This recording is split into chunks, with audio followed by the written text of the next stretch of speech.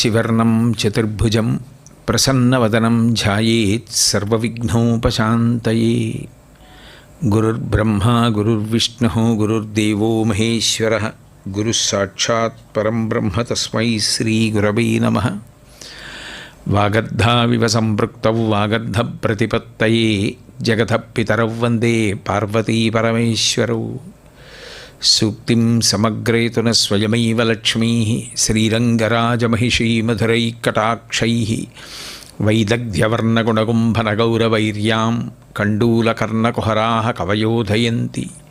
హైమోర్ధ్వపుండ్రమజహన్మకుటం సునాసం మందస్మితం మకరకుండలచారుగండం బింబాధరం బహుళదీర్ఘకృపాకటాక్షం శ్రీవేంకటేశముఖమాత్మని సన్నిధత్తాం. విమలపటి కమలకుటి పుస్తకరుద్రాక్షసస్తహస్తపుటి కామాక్షి పక్ష్మలాక్షి కలిత విపంచి విభాసి వైరించి. శృతిస్మృతిపురాణానాం ఆలయం కరుణాలయం నమామి భగవత్పాదశంకరం లోకశంకరం. హరి ఓం. పరమేశ్వర స్వరూపైన సభకి నమస్కారం. శ్రీ ఆదిశంకరాచార్య అష్టోత్తర శతనామావళి యందు 2వ నామంలో బ్రహ్మజ్ఞాన ప్రదాయకాయ నమః అని కీర్తిస్తున్నారు. ఆయన బ్రహ్మజ్ఞానమును అనుగ్రహిస్తారు అని. లోకంలో మిగిలినటువంటి జ్ఞానము ఏదైనా కూడా పుస్తకముల నుంచి లభిస్తుంది, లేకపోతే వేరొకరి బోధ వలన లభిస్తుంది. పంచ జ్ఞానేంద్రియముల వలన మనం ఆ వస్తు జ్ఞానాన్ని తెలుసుకుంటాం. కంటి చేత చూసి తెలుసుకుంటాం, చెవితో విని తెలుసుకుంటాం, స్పర్శ చేత ముట్టుకుని తెలుసుకుంటాం, వాసన చేత తెలుసుకుంటాం, నాలుక ద్వారా రుచి ద్వారా తెలుసుకుంటాం. కానీ బ్రహ్మజ్ఞానమును తెలుసుకోవడానికి అది మిగిలిన వాటి చేత తెలియబడేది కాదు. కంటి చేత చూడబడదు, చెవి చేత వినడానికి అవకాశం లేదు. అది అవాంగ్మానస గోచరము, మనసు దాన్ని అందుకోలేదు. అన్నీ ఆ ఆత్మ యొక్క ప్రకాశం చేత పనిచేస్తున్నాయి. ఆ ఆత్మయే బ్రహ్మము. అటువంటి బ్రహ్మము యొక్క కాంతి చేత పనిచేస్తున్నవి వెనక్కి తిరిగి బ్రహ్మాన్ని పట్టుకోవడం వాటికి సాధ్యం కాదు. కానీ ఆ బ్రహ్మము యొక్క జ్ఞానమును అనుగ్రహించడం అన్నది మహాపురుషులైనటువంటి శంకర భగవత్పాదులకు చెల్లింది.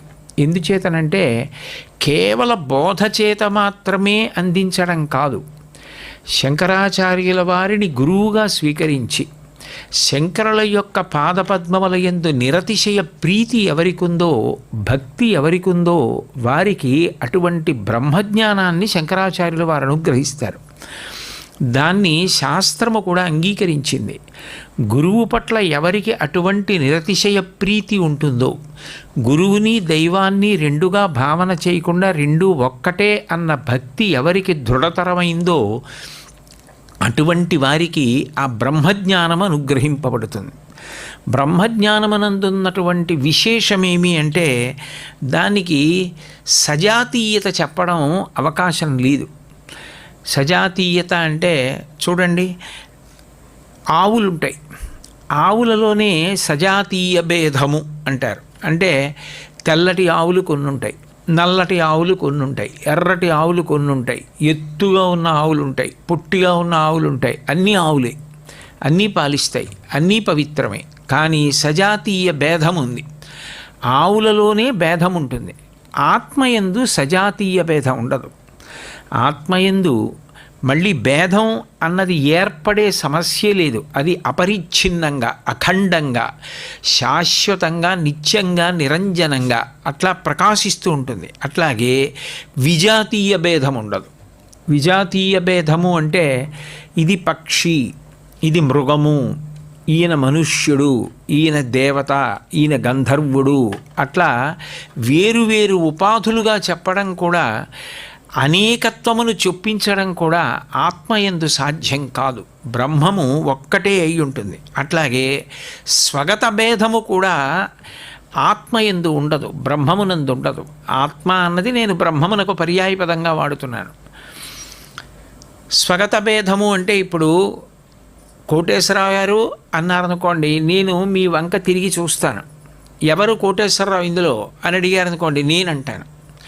మళ్ళీ నేను అని చూపించినప్పుడు తల వెంట్రుకల దగ్గర నుంచి పాదముల వరకు కోటేశ్వరరావే. కానీ మళ్ళీ నేను ఏ కారణం చేతనైనా వేరు చేసి చెప్పవలసి వచ్చిందనుకోండి, నాకు ఎడంకాలు కొంచెం నొప్పిగా ఉందంటాను, నాకు కుడి చేతి చిటికిన వేలు నొప్పిగా ఉందంటాను. అంటే మళ్ళీ నా శరీరంలోనే ఈ కుడి చేతి చిటికిన వేలన్నది వేరుగా నిప్పెడుతోంది అని గుర్తింపబడుతోంది. ఇవి కాళ్ళు, ఇవి చేతులు, ఇవి ముఖము, ఇవి కన్నులు, ఇది ముక్కు, అలా అవయవములు వేరువేరుగా చెప్పబడతాయి. దీన్ని స్వగత భేదం అంటారు. ఈ స్వగత భేదం కూడా బ్రహ్మమునందు ఉండదు.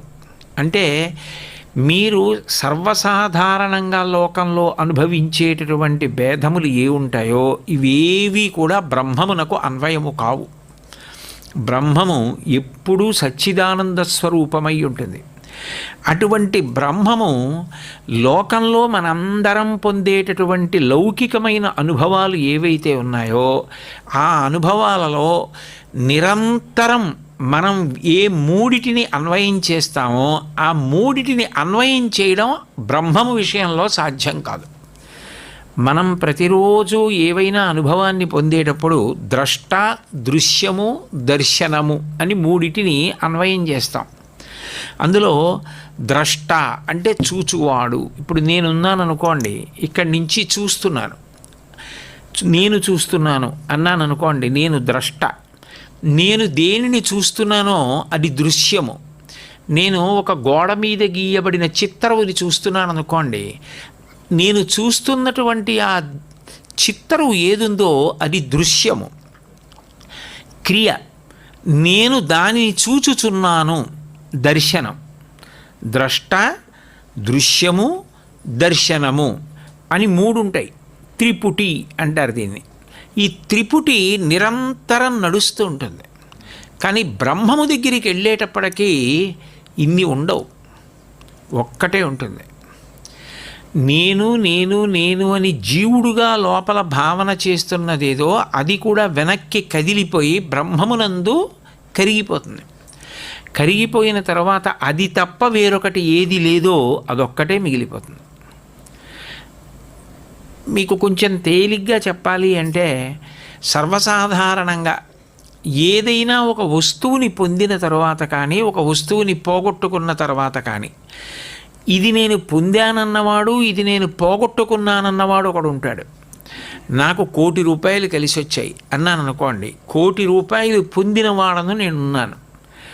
నావి 11 రూపాయలు పోయాయి ఇక్కడ పెట్టినవి, అంటే 11 రూపాయలు పోగొట్టుకున్నవాడని ఉన్నాను.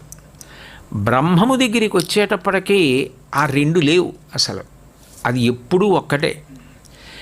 ఆ ఒక్కటి తప్ప, బ్రహ్మము తప్ప ఇంకొకటి ఉండదు. మరి ఇన్నిగా ఎందుకు కనపడుతున్నాయి? ఉన్నది ఆ ఒక్కటే అయితే బ్రహ్మమే తప్ప వేరొకటి లేకపోతే బ్రహ్మం ఒక్కటి కనపడకుండా ఇన్ని కనపడడానికి కారణం ఏమిటి అంటే, అన్ని కనపడితే తప్ప రాగద్వేషములు ఉండవు. ఇప్పుడు ఇన్ని కనపడ్డాయి అనుకోండి, ఇందులో నాకేదో కొన్నింటి పట్ల ప్రీతి అన్న మాట ఉండగానే అప్రీతి అన్న మాట కూడా ఉంటుంది. నాకు ఇది ఇష్టము అన్నాను అనుకోండి, నాకు ఇష్టం లేనిది కూడా ఉంటుంది. ఎప్పుడైతే నాకు రాగము, ఒకదాని యందు ఇష్టము, ఒకదాని యందు ద్వేషము ఉందనుకోండి, రాగము దేని యందుందో దాన్ని నేను పొందాలని కోరుకుంటాను, రాగము దేని యందుందో అది బాగుండాలని కోరుకుంటాను. నేను దేని పట్ల రాగమును పొందానో దానిని పొందడానికి ప్రయత్నం చెయ్యడంలో ధర్మాన్ని విడిచిపెట్టేసే అవకాశం కూడా ఉండొచ్చు. నాకు దేని పట్ల ద్వేషమున్నదో దానిని తొలగతొయ్యడానికి కూడా నేను ధర్మాన్ని విడిచిపెట్టచ్చు. నేను రాగద్వేషములు ధర్మమును విడిచిపెట్టడానికి కారణాలు అవుతాయి. రాగద్వేషములు ఏర్పడడానికి జగద్భావన అంటే ఇన్ని ఉన్నాయన్న భావన కారణమవుతూ ఉంటుంది. ఇన్ని ఉన్నాయన్న భావన తొలగిపోవడం కేవలం పుస్తక పఠనం చేస్తేనో లేకపోతే కొన్ని శ్లోకాలు పరిశీలిస్తేనో అనుభవంలోకి వచ్చేది కాదు. నేను అన్న మాట మీరు పట్టుకున్నారనుకుంటున్నాను. ఇప్పుడు పుస్తకంలో చెప్పబడిన ఒక విషయాన్ని తెలుసుకోవడం వేరు, ఉన్నది బ్రహ్మమే, నిజానికి యథార్థమునకు ఇవేమీ లేవు. ఇన్ని రూపాలు, ఇన్ని నామాలు, ఇవంతా కూడా మాయ. ఉన్నది బ్రహ్మం ఒక్కటే. బంగారము లేని ఆభరణములు లేవు, మట్టి లేని ప్రమిదలు, కుందులు, పాలికలు లేవు అని నేను అన్నాను అనుకోండి.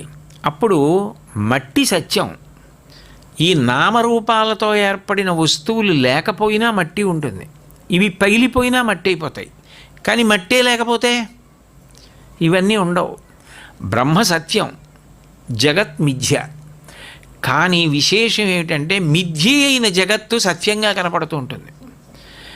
ఏది శాశ్వతమో, ఏది సత్యమో అది అసత్తుగా, అసత్యముగా కనపడుతూ ఉంటుంది. ఇప్పుడు సత్యం ఒక్కటే మిగిలిపోయేటట్టు చెయ్యాలి అంటే గురువు గారు ఏం చేయాలి అంటే కూర్చుని ఒక్కొక్క దాన్ని తీసేయాలి. నయితి నయితి నయితి నయితి అని శిల్పి ఒక రాతిని తీసుకొచ్చి ఒక్కొక్క ముక్క ఉలితో కొట్టి తీసేస్తుంటే చిట్ట చివరికి అందులోంచి పూజనీయమైన శిల్పం వచ్చినట్లు. ఏవి ఆత్మ కాదో వాటిని పరిహరిస్తూ వెళ్ళిపోతే జ్ఞానమార్గమనందు చిట్ట చివరికి ఏది ఆత్మయో, ఏ ఆత్మ చేత ఇవన్నీ ప్రకాశిస్తున్నాయో అది అనుభూతిలోకి వచ్చేటట్టు చేయగలడు గురువు తన యొక్క బోధ చేత. అయితే విశేషం ఏమిటంటే శంకర భగవత్పాదుల దగ్గరికి వచ్చేటప్పటికి ఒక విశేషం. శంకరాచార్యుల వారు ఇప్పుడు భౌతికంగా లేరు కదండి, మాకు శరీరంతో లభించరు కదా. శంకరాచార్యుల వారు అక్కడ కూర్చున్నారండి, వెళ్ళి మేము ఆయన శిష్యరికం చేయడమో, ఆయన పాదాలు పట్టుకోవడమో, ఆయన శుశ్రూష చేయడమో చేసి ఆయన దగ్గర జ్ఞానమును పొందుతామంటే ఎలా అన్వయం? సాధ్యం కాదు కదా. అంటే శంకరాచార్యుల వారిని గురువుగా స్వీకరించి వారి పట్ల నిరతిశయ ప్రీతి ఎవరు పెంచుకుంటున్నారో, భక్తి ఎవరు పెంచుకుంటున్నారో వారిని శంకరులు ఆ మార్గంలో నడిపిస్తారు. నడిపించి వారే చిట్ట చివరికి ఉన్న ఒక్కటి ఏది శాశ్వతమైనదుందో అది అనుభూతిలోకి వచ్చేటట్టు చెయ్యగలరు. అలా అనుభూతిలోకి వచ్చేటట్టు చెయ్యడానికి ఏది కావాలో ఆయనే వివేక చూడామణిలో చెప్తారు. శ్రద్ధాభక్తి ధ్యానయోగాన్ముముక్షో ముక్తేర్హేతూన్వక్తి సాక్షాత్ శృతితేర్గీహి యోవా ఏతేష్వేవ తిష్టత్యముష్య మోక్షో విద్యా కల్పితా దేహబంధాత్. వేదము చేత ప్రతిపాదింపబడినటువంటి భక్తి, శ్రద్ధ, ధ్యానము, యోగము ఇవి ఎవరి యందు నిశ్చితమైనటువంటి స్థితిలో నిలబడతాయో. శ్రద్ధ అంటే ఇక గురువుగారు చెప్పిన దాంట్లో అనుమానం లేదు నాకు, శాస్త్రము చెప్పిన దాంట్లో అనుమానం లేదు నాకు అనేటటువంటి సత్యబుద్ధి అంకురించి ఎవరు అటువంటి నిశ్చయాత్మకమైనటువంటి బుద్ధితో నిలబడగలరో, ఎవరు అటువంటి వస్తువు గురించి ధ్యానం చేస్తాడో.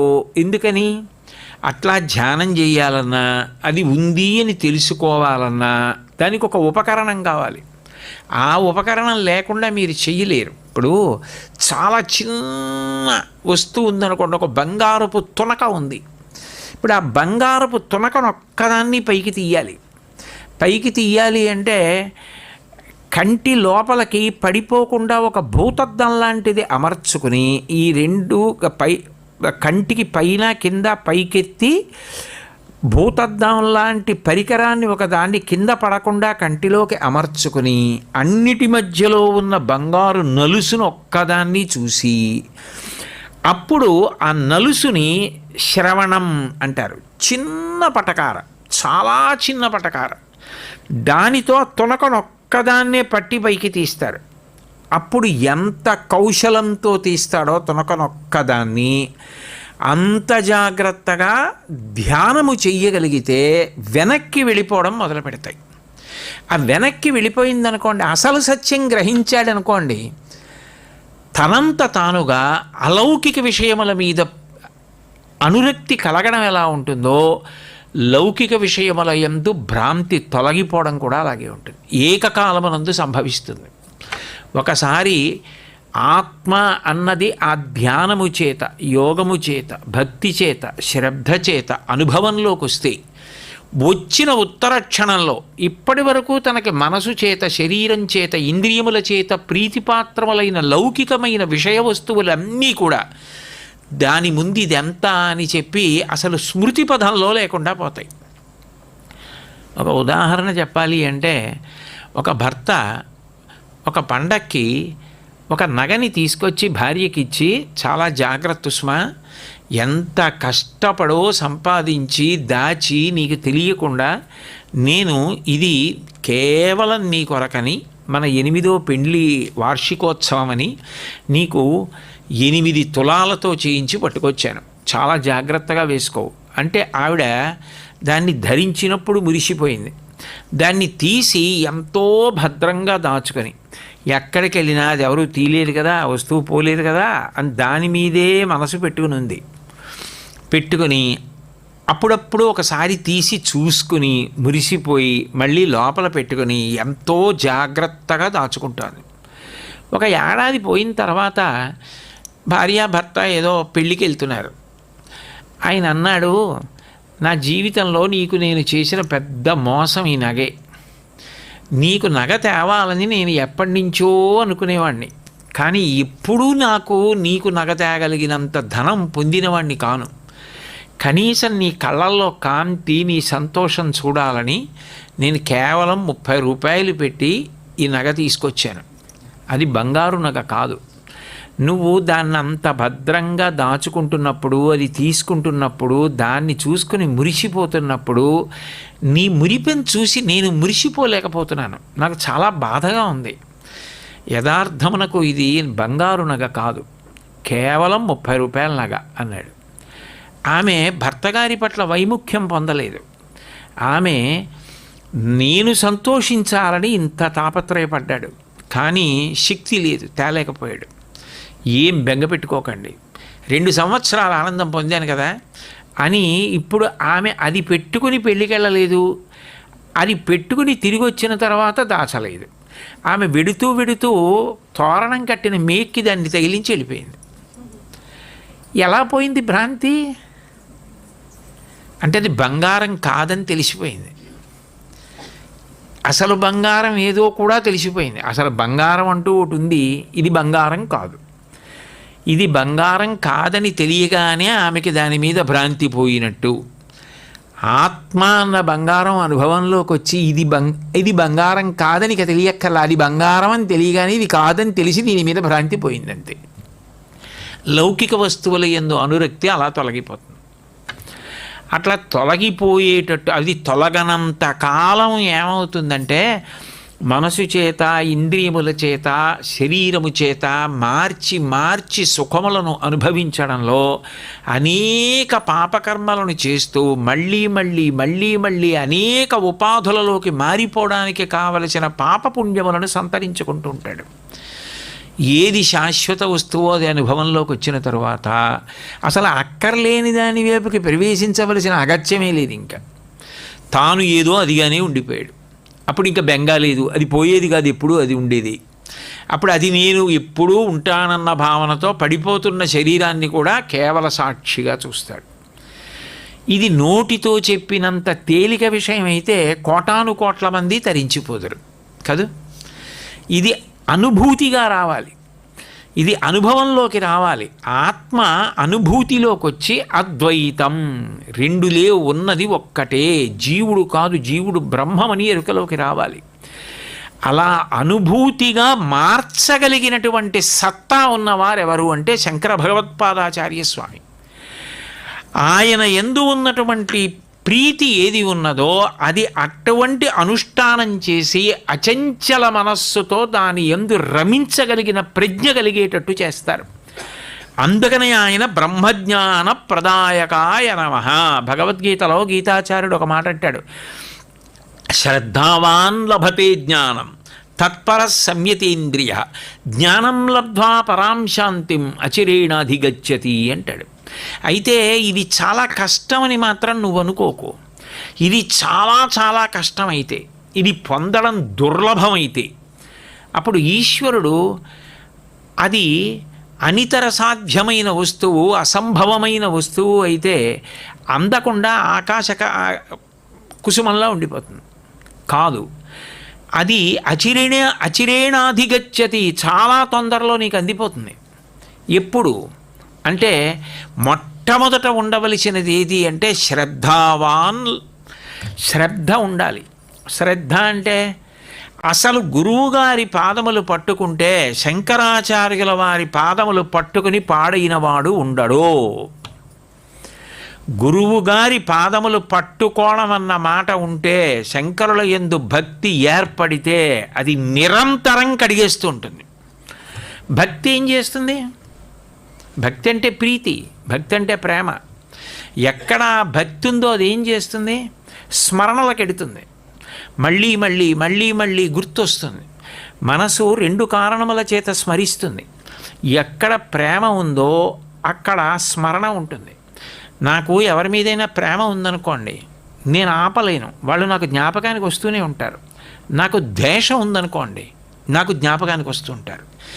అయితే రెండూ ప్రమాదమే. లౌకికమైన విషయముల యందు ప్రేమ చేత స్మరించడము బంధనహేతువే, ద్వేషము చేత స్మరించడము బంధనహేతువే. అది గురువుగారి మీదకి మళ్ళిందనుకోండి, శంకరాచార్యుల వారి యొక్క ప్రజ్ఞా విశేషాలు, శంకర భగవత్పాదుల యొక్క అద్భుతమైన సాధితం, ఆయన ఈ జగత్తుకు చేసినటువంటి మహోపకారం, ఆయన అవతార వైభవం, ఇవి తరచుగా జ్ఞాపకానికి వస్తున్నాయనుకోండి నామముల కింద. అందుకు నామావళిగా పరిశీలించడం. ఆ నామం అనుకున్నప్పుడు ఒక్కసారి ఆ నామంలో ఉన్న కొంత విషయమైన జ్ఞాపకానికి వచ్చి, అబ్బా ఏమి మహానుభావుడండి అని ఒక్క మాట అనగలుగుతున్నాడు అనుకోండి, ఆయన గుర్తు వస్తున్నారు. ఆయన గుర్తు రావడమే పాపాన్ని కడిగేస్తూ ఉంటుంది. గురు స్మరణమే, గురుచరణారవింద స్మరణమే పాప ప్రక్షాళన హేతువు. అది శంకరుల యొక్క వైభవం. కాబట్టి శంకరాచార్య స్వామి వారి యొక్క స్మరణము క్రమక్రమంగా ఏం చేస్తుందంటే, వారు చెప్పిన మార్గంలో మనం వెళ్ళాలి. ఆయన చెప్పింది విని కూడా, ఆయన చెప్పింది చెప్పుకుంటూ, ఆయన చెప్పినది పొందాలని లోపల తాపత్రయం ఉండి, ప్రతిబంధకమని తెలిసి నేను ఎందుకు లొంగాలి? దానివల్ల గురువుగారు ఎంత చిన్నబుచ్చుకుంటారు, ఇంకెప్పటికి బయటకు వస్తావనరా అని మెల్లిగా నువ్వు వ్యామోహం నుంచి బయటకు వచ్చేయగలుగుతావు. గురుభక్తియే నిన్ను లౌకిక వ్యామోహముల నుంచి బయటికి తీసేస్తుంది. కాబట్టి శ్రద్ధావాన్ లభతే జ్ఞానం తత్పరః. తత్ అంటే ఆత్మవస్తువు. గురువుగారి ద్వారా ఈ జన్మ దాటిపోతే మళ్ళీ ఏమో ఖచ్చితంగా మళ్ళీ నరజన్మ వస్తుందని ఏమి నమ్మకం? రెండిటి యందు నమ్మకం చెప్పడం కష్టం కదా. ఆయుర్దాయం చెప్పడం ఎవరికి సాధ్యం?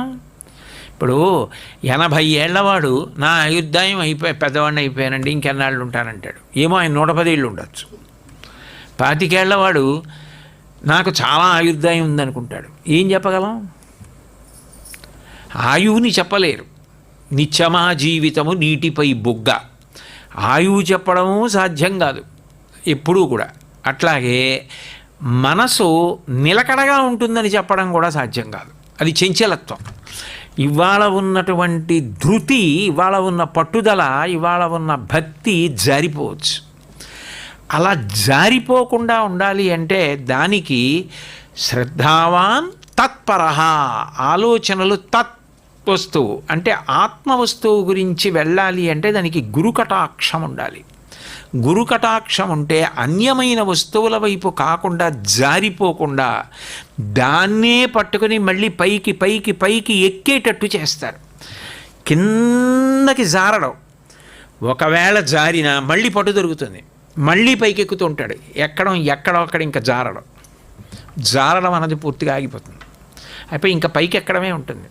ఆ పైకి ఎక్కడం లక్ష్యాన్ని చేరిపోతాడు. అది ఇప్పుడు అంటే గురుపాదములయందు, గురువాక్యమునందు ఉండవలసినటువంటి తిరుగులేని నమ్మకం. దానికి శ్రద్ధావాన్ లభతే జ్ఞానం తత్పర సంయతేంద్రియ. అప్పుడు ఏమవుతుందంటే ఆ వస్తువు గురించి ఆలోచించడము చేత ఇంద్రియ నిగ్రహము కలుగుతోంది. సంయతేంద్రియ. దాని వలన జ్ఞానం లబ్ధ్వా పరాం శాంతిం. దాని వలన బ్రహ్మజ్ఞానము కలుగుతోంది. ఆ బ్రహ్మజ్ఞానము కలిగిన వాడికి పరాం శాంతిం, ఇక చిక్కు చెదరడు. ఎందుకని? శాంతిని పాడు చేసేసేవి, ఎప్పుడూ అల్లకల్లోలం చేస్తుండేవేవి అంటే రాగద్వేషాలు. రాగద్వేషాలు ఒక 10 నిమిషాలు నిలబడిపోయి అనుకోండి, అది పరమశాంతి. రాగమున్నా మనసు కదిలిపోతుంది. ఎందుకంటే నాకు ఎవరో అంటే ఇష్టం అనుకోండి, వాళ్ళని తలుచుకున్నప్పుడు మనసు కదిలిపోతుంది. వాళ్ళని చూసి ఎన్నాళ్ళయిందో, వాళ్ళతో మాట్లాడెన్నాళ్ళయిందో, వాళ్ళతో కూర్చుని ఎన్నాళ్ళయిందో, మనసు సంగమును చెంది కదిలిపోతుంది, ద్వేషము చేత కదిలిపోతుంది. రాగద్వేషములు పోయాయి అనుకోండి, అప్పుడు నిశ్చలత్వాన్ని పొందుతుంది. అది కదలడానికి అవకాశం లేదు. అది కదలకుండా నిలబడమే శాంతి. ఆ శాంతి చాలా గొప్ప శాంతి. అది శాశ్వతత్వాన్ని పొందుతుంది. పరాం శాంతిం అచిరేణాధిగచ్చతి. ఎప్పుడో వస్తుంది ఇది అనుకుంటున్నావేమో, అలా అనుకోకు. నువ్వు దీన్ని పొందగలవు, చాలా తొందరలో పొందగలవు. గీతాచార్యుడు ఇచ్చినటువంటి అభయం అచిరేణ అధిగచ్చతి. దీనికి మూలం ఎక్కడుంది? గురుపాదముల యందుంది. అందుకే అష్టమానువాకంలో నమ శంభవే చ మయోభవే చ నమ శంకరాయ చ మయస్కరాయ చ నమ శివాయ చ శివతరాయ చ అంటారు. మయోభవే చ మయస్కరాయ చ. నేను చూడండి, నేను మీతో మాట్లాడుతున్నప్పుడు శంభు శంకర అని 2 శబ్దాల గురించి చెప్పా. శంభు అంటే ఉత్పత్తి స్థానం, శంకర అంటే పంచిపెట్టడం, అందరికీ తీసుకొచ్చి ఇవ్వడం. అట్లాగే మయోభవేచ, మయోభవేచ అంటే ఎక్కడ అసలు ఈ మోక్షస్థితి, ఈ బ్రహ్మజ్ఞానము కలుగుతోందో, ఎక్కడ అటువంటి తిరుగులేని ప్రశాంతత కలుగుతోందో దాని ఉత్పత్తి స్థానం మయోభవేచ. చూడండి, లోకంలో ఒక మాట అంటాడు, ఆయనకి ఏం తెలియట్లేదు, అందరి మధ్యలో ఉన్నాడు, కానీ ఆయనకి ఏమీ తెలియట్లేదు. ఎందుకు తెలియట్లేదంటే ఆయన ఏదో ఒకే విషయం మీద దృష్టి పెట్టుకుని ఉండిపోయాడు. ఇప్పుడు ఉపన్యాసం వింటున్నారు ఎవరో, ఉపన్యాసం వింటుండగా అకస్మాత్తుగా ఓ కప్పు ఒకటి ఎక్కడి నుంచో వచ్చి ఆ కుర్చీల మధ్యలోకి వెళ్ళింది. నలుగురు కదిలిపోయారు, కప్ప వచ్చింది కప్ప వచ్చిందని. ఒక ఆయన కప్ప వచ్చిందని తెలీదు, కప్ప దూకుతోందని తెలీదు, కప్ప తన మీదకే ఎక్కింది, కప్పని తన మీద దులుపుతున్నారని తెలియదు. ఎందుకని? తన్మయుడై ఉన్నాడు, తన్మయత్వం పొందాడంటారు. అంటే దాని యందు రమిస్తున్నాడు. దాని యందు రమిస్తూ ఉండడమే దీని యందు విస్మృతికి కారణమైపోయింది. ఇది విస్మృతిని పొందింది. దాని యందు రమిస్తున్నాడు. దేని యందు రమిస్తున్నాడు? ఆత్మ యందు రమిస్తున్నాడు, బ్రహ్మజ్ఞానము చేత. అప్పుడు కలిగిన పరమశాంతి ఉందే, అప్పుడు కలిగిన శాశ్వతత్వం ఉన్నదే, అప్పుడు ఈ శరీర భ్రాంతి లేదు ఇంకా. అటువంటి సుఖమునకు ఉత్పత్తి స్థానమేదో అది మయోభవేచ. దాన్ని పంచిపెడితే మయస్కరాయచ. పంచిపెట్టేవాడు ఒకడు ఉన్నాడు, వాడు పంచిపెడతాడు. ఎప్పుడు? నీకు ఆయన యందు భక్తి ఉంటే, ఆయన పంచిపెడతారన్న నమ్మకం నీకుంటే, పంచిపెట్టదగిన వస్తువు ఆయన దగ్గర ఉందని నువ్వు అనుకుంటే, అసలు మనుష్య జన్మలో నువ్వంటూ పొందవలసింది ఏదైనా ఉంటే అదొక్కటే. అది కాక ఇన్ని పొందినా నీ శరీరము పడిపోయినప్పుడు ఇక వాటితో సంబంధం పోతుంది. ఇన్ని పొందండి. భార్య ఉంది, కొడుకున్నాడు, కోడలుంది, కూతురుంది, అల్లుడున్నాడు, కొడుకు వైపు మనవలున్నారు, కూతురి వైపు మనవలున్నారు, బోలెడంతమంది శిష్యులున్నారు, కోటాను కోట్ల మంది అభిమానులు ఉన్నారు, ఎందరో అభిమానించే వాళ్ళు ఉన్నారు. ఆయన ఊపిరాగిపోయింది. ఆయనకి వీళ్ళకి సంబంధం ఏం లేదు. ఇంకా ఆ శరీరం ఇక పలకదు, అయిపోయింది. దానికి ప్రతిస్పందన లేదు. అది పంచభూతముల యందు కలిసిపోతుంది. కానీ ఒకే ఒక్కటి ఎప్పుడూ కూడా అలా తెగిపోవడం అన్న మాట లేకుండా అట్లాగే ఉండిపోయేది ఏదైనా ఉంటే అది బ్రహ్మజ్ఞానం, ఆత్మానుభవం. నేను ఆత్మ అన్న భావము చెక్కు చెదరకుండా అలా ఉండిపోయి దాని యందు రమించగలిగిన స్థితి. అది ఇచ్చేవారు ఉన్నారు. వయస్కరాయచ, ఎవరైనా ఆయనే శివాయచ శివతరాయచ, ఆయన కన్నా ఇంకా లేడు. ఆ శివుడు శంకరాచార్యుల వారిగా వచ్చారు. ఆయన పాదముల యందు భక్తి పొంది ఉండు, నీకు ఏ రూపంలో వచ్చి అనుగ్రహించాలో ఆయనకి తెలుసు. ఆయన అనుగ్రహించగలరు. కాబట్టి అటువంటి మహానుభావుడు అసలు మనుష్య జన్మ వచ్చినందుకు మనుష్య జన్మలో మనిషి ప్రయత్నం చేసి నేను ఇది పొందాలి అన్నది ఏదైనా ఉంటే, ప్రయత్నం అంటూ చెయ్యవలసింది ఏదైనా ఉంటే, అసలు నువ్వెవరో నువ్వు తెలుసుకునే ప్రయత్నం చెయ్యడం. ఆత్మ వస్తువుని తెలుసుకోవాలి అన్న పిపాస, ఒక తృష్ణ, ఒక తాపత్రయం మాత్రం ఉండాలి. అది కానీ ఉంటే, అది తీవ్రతరమైతే ఇవ్వడానికి ఆయన ఉన్నారు. మయస్కరాయచ, ఆయన అందిస్తారు. ఆయన బ్రహ్మజ్ఞాన ప్రదాయకాయ నమః. ఎప్పుడైనా ఇస్తారు, ఆఖరి ఊపిరిలోనైనా ఇవ్వచ్చు, చెప్పలేం. ఆయనని నమ్ముకున్నది నిజమైతే ఆయన ఆ అద్వైత స్థితి యందు ప్రవేశపెట్టగలరు. అది ఆయన గొప్పతనం. అందుకే శ్వేతాశ్వతరోపనిషత్తు ఒక మాట అంటుంది, ఏతజ్ఞేయం నిత్యమేవ ఆత్మసంస్థం నాత పరం వేదితవ్యం హి కించిత్. లోకంలో అసలు పొందవలసినది అన్న స్థితి ఏదైనా ఉంటే తానెవరో తాను తెలుసుకోవడం. అంటే ఎక్కడో లేడు పరమాత్మ. వీటిని వాడినప్పుడు, అంటే కళ్ళు వాడినప్పుడు, ముక్కు వాడినప్పుడు, చెవులు వాడినప్పుడు బయట వాటిని తెలుసుకుంటుంటుంది. లోపల ఉన్నదాన్ని తెలుసుకోవాలంటే ఇవి తన్మయమైపోవాలంటే దాని యందు ఇవి లయమైపోవాలి, వెనక్కి వెళ్ళిపోవాలి. వెనక్కి వెళ్ళిపోయి దాని యందు ప్రవేశించి అదొక్కటే మిగిలిపోయి మిగిలినవన్నీ ఆగిపోవాలి. అంటే దానిగా మారిపోయి అదొక్కటిగా ఉండిపోయిన నాడు ఆ బ్రహ్మానందం. అది బ్రహ్మజ్ఞానం. దాన్ని తెలుసుకోవడమే బ్రహ్మజ్ఞానం. బ్రహ్మవిద్ బ్రహ్మైవ భవతి, అది తెలియడమే బ్రహ్మం అవడం. ఆ స్థితిని పొందగలడు. కాబట్టి జ్ఞానాద్దేవహి కైవల్యం. ఆ జ్ఞానమును పొందిన కారణము చేత కైవల్యమును పొందుతున్నాడంటే ఇక మళ్ళీ పుట్టవలసిన అవసరం లేదు. అది ఇవ్వగలిగినటువంటి మహానుభావుడు ఎవరో ఆయనే శంకరాచార్యుల వారు. అది ఆ బ్రహ్మజ్ఞానము చేత తెలియబడిన బ్రహ్మము సత్, అది సత్యము. ఒకనాడు ఉండి ఒకనాడు లేనిది కాదు. చిత్, అసలు తెలుసుకుంటున్నది అన్నది ఏదుందో అదే. దాని నుండి దాని వెలుతురు పడితే కన్ను చూస్తోంది, దాని వెలుతురు పడితే ముక్కు వాసన చూస్తోంది, దాని వెలుతురు పడితే నాలుక రుచి చెప్తోంది, దాని వెలుతురు పడితే చర్మం స్పర్శ చెప్తోంది. ఆ వెలుతురు ఆగిపోతే అసలు ఏవీ చెప్పవు. అది ప్రధానం. అది ఇవేవీ లేకుండా కూడా చూస్తుంది. నాకు స్పర్శ తెలియట్లేదండి, ఏదైనా ముట్టుకుంటే తెలియట్లేదండి అని వైద్యుడి దగ్గరికి పరిగెడతాడు. తలస్నానం చేస్తుంటే ఎడంకంట్లో కుంకుడు పులుసు పడింది, కన్ను విప్పి చూడలేకపోతున్నానండి. కన్ను చూడలేకపోతోందని చూస్తోంది. చర్మం ఇక్కడ స్పర్శని తెలుసుకోలేకపోతోందని తెలుసుకుంటోంది. ముక్కు వాసన చెప్పలేకపోతోందని తెలుసుకుంటోంది. అది ఏదో అది ముక్కు చేత తెలియబడదు.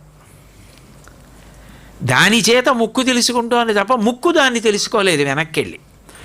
అది తెలియబడాలంటే ఈ ఇంద్రియ శక్తులన్నీ కూడా ధ్యానమునందు వెనక్కి వెళ్ళిపోయి నయితి అంటూ ఈ ఇంద్రియములు అవి అన్నీ ధ్యానములో ఆత్మయందు ప్రవేశించి ఆత్మ ఒక్కటిగా సమాధి స్థితిలో నిలబడిపోయిన వాడెవరో ఆయన ఆ స్థితిని పొందుతున్నాడు. అప్పుడు అది చిత్, తెలుసుకుంటున్నదిగా తానుండిపోయాడంతే.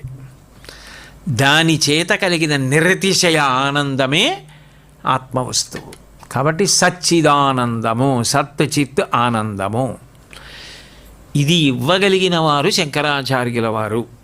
కాబట్టి గురువు లేరని బెంగపెట్టుకోక్కర్లేదు. గురువు ఉన్నా శంకరాచార్యుల వారి పాదములు విడిచిపెట్టక్కర్లేదు. గురువుల్లో శంకరాచార్యుల వారిని చూడొచ్చు. శంకరాచార్యుల వారి పేరెత్తేటప్పటికీ గురువుగారు కూడా శంకరాచార్యుల వారినే పూజ చేస్తారు. కాబట్టి శంకర భగవత్పాదుల పట్ల ఆ ప్రీతి, ఆ భక్తి ఎవరికి ఉందో ఆయన బొడ్డెక్కించేస్తారు, వాళ్ళని సంసారమును దాటిస్తారు. కాబట్టి బ్రహ్మజ్ఞాన ప్రదాయకాయ నమః అంటారు.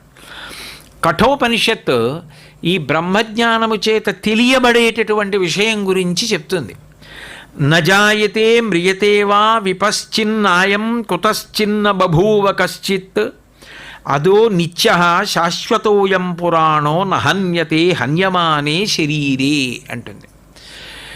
భ్రాంతి, మాయ ఉన్నంతసేపు ఇది నేను అంటుంటాడు. ఇది చచ్చిపోతూ ఉంటుంది, ఇది పుడుతూ ఉంటుంది, ఇది వికారమును పొందుతూ ఉంటుంది, భ్రాంతికి లోనవుతుంది. దీనికి అన్నీ ఉంటాయి. కానీ అసలు ఇది దేని చేత తొడుక్కోబడిందో అది చచ్చిపోయేది కాదు, అది పుట్టేది కాదు, అది ఇంతకుముందు ఉన్నది కాదు, ఇక పైన లేనిది కాదు. దీనికి అన్నమయ కోశమని పేరు. అన్నమయ కోశము అంటే ఇది పుట్టడానికి ముందు ఉండదు, ఇది పుట్టిన తర్వాత ఉంది. మా అమ్మగారి కడుపులోంచి బయటికి వచ్చిన తర్వాత ఉన్నది. ప్రాణం పోయిన తర్వాత ఇది లేదు, ఇక చనిపోయినది, ఇక లేదు. ఆ శరీరం అక్కడ ఉన్నా ఓ రోజు ఉంచుతారు, 2 రోజులు ఉంచుతారు. అసలు అలా ఉంచడమే పాపం దారుణం. అది ఏదో ఎక్కడో కొడుకున్నట్టు రాలేదని ఉంచితే ఉంచాలంతే. అప్పుడు అది చనిపోయిన తర్వాత లేదు, అది పుట్టడానికి ముందు లేదు, అది పుట్టిన తరువాత చనిపోవడానికి ముందు ఈ మధ్యలోనే ఉంది. ఆత్మ అలా పుట్టడానికి ముందన్నమాట లేదు, చనిపోయిన తర్వాత అన్నమాట లేదు, అది ఇప్పుడు ఉంది. అది శాశ్వతం కాబట్టి అది నశించదు, అది సనాతనం, అది నిత్యం, అది నిరంజనం, అది శాశ్వతం, అది పురాణం. అది నేనని అనుభూతిలోకి వస్తే అదే పరమసత్యం, అదే బ్రహ్మజ్ఞానం. ఆ బ్రహ్మజ్ఞానమును ఇవ్వగలిగిన వారు శంకరాచార్యుల వారు అని చెప్పడానికి బ్రహ్మజ్ఞాన ప్రదాయకాయ నమః. మంగళాశాసనపరై మదాచార్య పురోగమై సర్వైశ్చ పూర్వైరాచార్యై సత్కృతాయాస్తు మంగళం. మంగళం కోసలేంద్రాయ మహనీయ గుణాత్మనే చక్రవర్తి తనూజాయ సర్వభౌమాయ మంగళం. ఉమాకాంతాయ కాంతాయ కామితార్థప్రదాయినే శ్రీగిరీశాయ దేవాయ బలినాథాయ మంగళం. సర్వం శ్రీ ఉమామహేశ్వర పరబ్రహ్మార్పణమస్తు. స్వస్తి.